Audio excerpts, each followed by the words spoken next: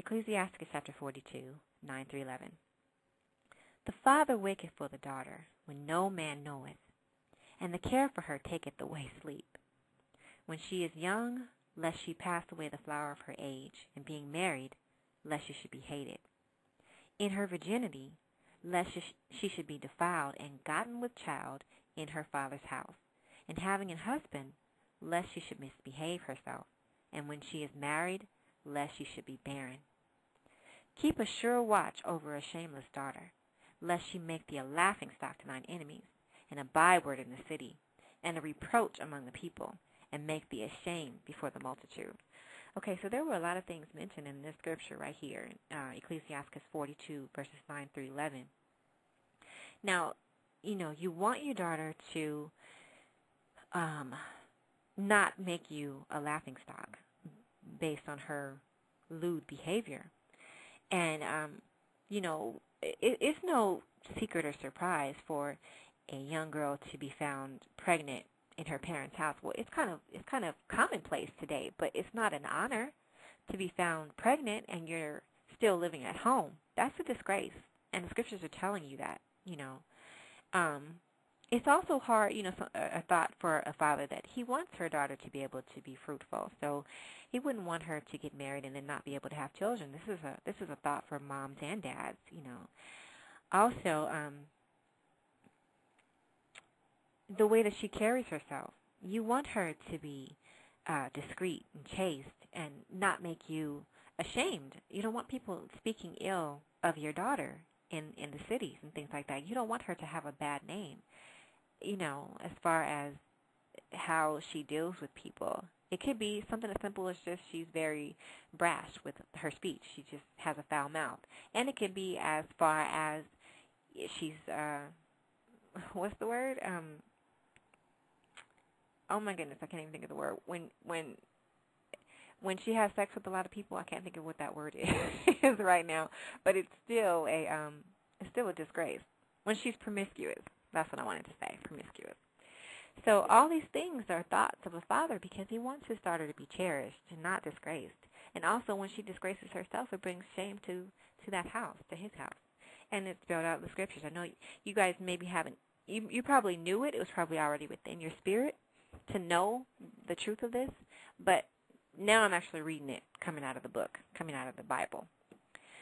So let me continue. Let me go to also some further scriptures regarding the daughter. In Ecclesiasticus chapter 26, verse 10 through 12, it says, If thy daughter be shameless, keep her in straitly, lest she abuse herself through overmuch liberty. That means don't let her stay out till 10 and 11 o'clock on a school night. Don't let her go out with her friends if you're witnessing that she doesn't know how to carry herself when she's not within your presence. You keep her in straitly. You make her stay with you until she shows you otherwise that she can carry herself respectfully and in a righteous manner. So it says keep her in straitly, lest she abuse herself through overmuch liberty. Don't give her any liberty unless she can show you otherwise. It says watch over an impudent eye and marvel not if she trespass against thee. Don't trip out.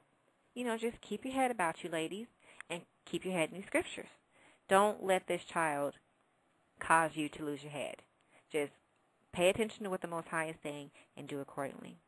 In verse 12, it says, She will open her mouth as a thirsty traveler when he hath found a fountain, and drink of every water near her. Now, ladies, I know I've been seeing a lot of that, to where for some reason our young girls are just so open to giving themselves freely to, men, to young boys. And their speech these days is kind of atrocious, the way they carry themselves, they're loud. It's just not ladylike, and the Most High is not finding favor with that. And so it's up to us as moms to be like, look, that's not cute, that's not acceptable. No, you don't need to act like that. But, we as parents have to know better. We have to read it in the scriptures first so that we can pass this down to our daughters. But let me just continue. It says, By every hedge will she sit down and open her quiver against every arrow. So, you got to read between the lines here as far as quiver and arrow. And in her opening, you don't want her to open her legs up to every Tom, Dick, and Harry that comes by. Excuse my language. But I just mean, it's a disgrace for your daughter to make herself a harlot. And if you're reading it from the scriptures, it should be very easy for you to be able to spell it out to her plainly. Yet it's one thing to already know it in yourself, but it's also another to see it written in word from the Most High through Scripture. So I'm bringing out the scriptures that pertain to, again, motherhood and the discipline of our children, so that we can teach them to be better, so that our people will become stronger. Because I said that, a scripture just popped in my head, and in John chapter 14, verse 15, it reads, "If ye love me, keep my commandments." And so, again, if we love the Most High like we say we do, then we will do what he says to do and keep his commandments. And where are the commandments found? Commandments are found in the scriptures. Okay? So from there, I had spoken earlier about this love that we have for our children when we chasten them, when we discipline them. It's because we love them. And if you go to John chapter 15 and verse 10, it reads, "If ye keep my commandments, ye shall abide in my love, even as I have kept my Father's commandments and abide in his love." This is love, ladies. Teaching our children the commandments. That's how you love them. Not by giving in to what they want, not by, fearing their displeasure, and so you give in to certain things that they desire, or whatever your reasonings might be. You got to go back to these scriptures and do what says the Most High. So if you love him, you will keep his commandments in regards to your children, especially because they are what's going to continue you on, the children. So you have to teach them. You provide the foundation. You build upon that foundation with what you teach your children. So I hope I'm being as clear and as thorough as possible with these scriptures. From there, I want to go a little into certain scriptures that pertain.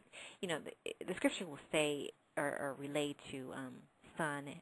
It'll give the message is toward the son, but it's really meaning towards all children. So I'm just going to be reading again from the Apocrypha in Ecclesiasticus chapter 30, verse 1 through 13. I'm going to read that all the way through, and I'm going to be stopping and breaking so that I can make certain points. But I think this is really good reading for finding instruction on how to discipline our children and what we should do in regards to our children. So be patient with me, and here we go. In Ecclesiasticus chapter 30, verse 1 through 13, it says, verse 1, "He that loveth his son causeth him oft to feel the rod, that he may have joy in him in the end." So if you love your children, you will spank them, you will rebuke them, you will discipline them, so that you may have joy in them in the end, so that when they become adults, you'll be proud of what you've accomplished because you've done what you're supposed to do. Verse 2, "He that chastiseth his son shall have joy in him, and shall rejoice of him among his acquaintance." Verse 3, "He that teacheth his son grieveth the enemy, and before his friends he shall rejoice of him." Now that one is very important to me, because when it says, "He that teacheth his son grieveth the enemy," if you teach your children how they should be at all times in regards to any matter, great or small, you grieve the enemy. No one can come up against what you've taught your children if you've taught your children. If you made the effort to tell them the truth, no one can come up and deceive them later. Therefore, they can be without you. They can be out there on their own, going to the store, buying candy and whatever, and be safe and not be deceived by someone trying to lure them in and cause them harm. You can teach them the ways and statutes of the Most High, and the enemy won't be trying to plant seeds in later, to steer them to do things contrary to the ways of the Lord. If you teach your children first, then you better prepare them. You arm them. And so you grieve the enemy. The enemy can't come up against you, ladies. The enemy can't get you if you teach your children first. I so hope that makes sense. I'm very passionate about that aspect. So let me read that again. "He that teacheth his son grieveth the enemy, and before his friends he shall rejoice with him." Yeah, you get to sit back and poke your chest out and be proud that your child, your daughter, your son is doing as they should, as thus saith the Lord. That can only make you shine and glow.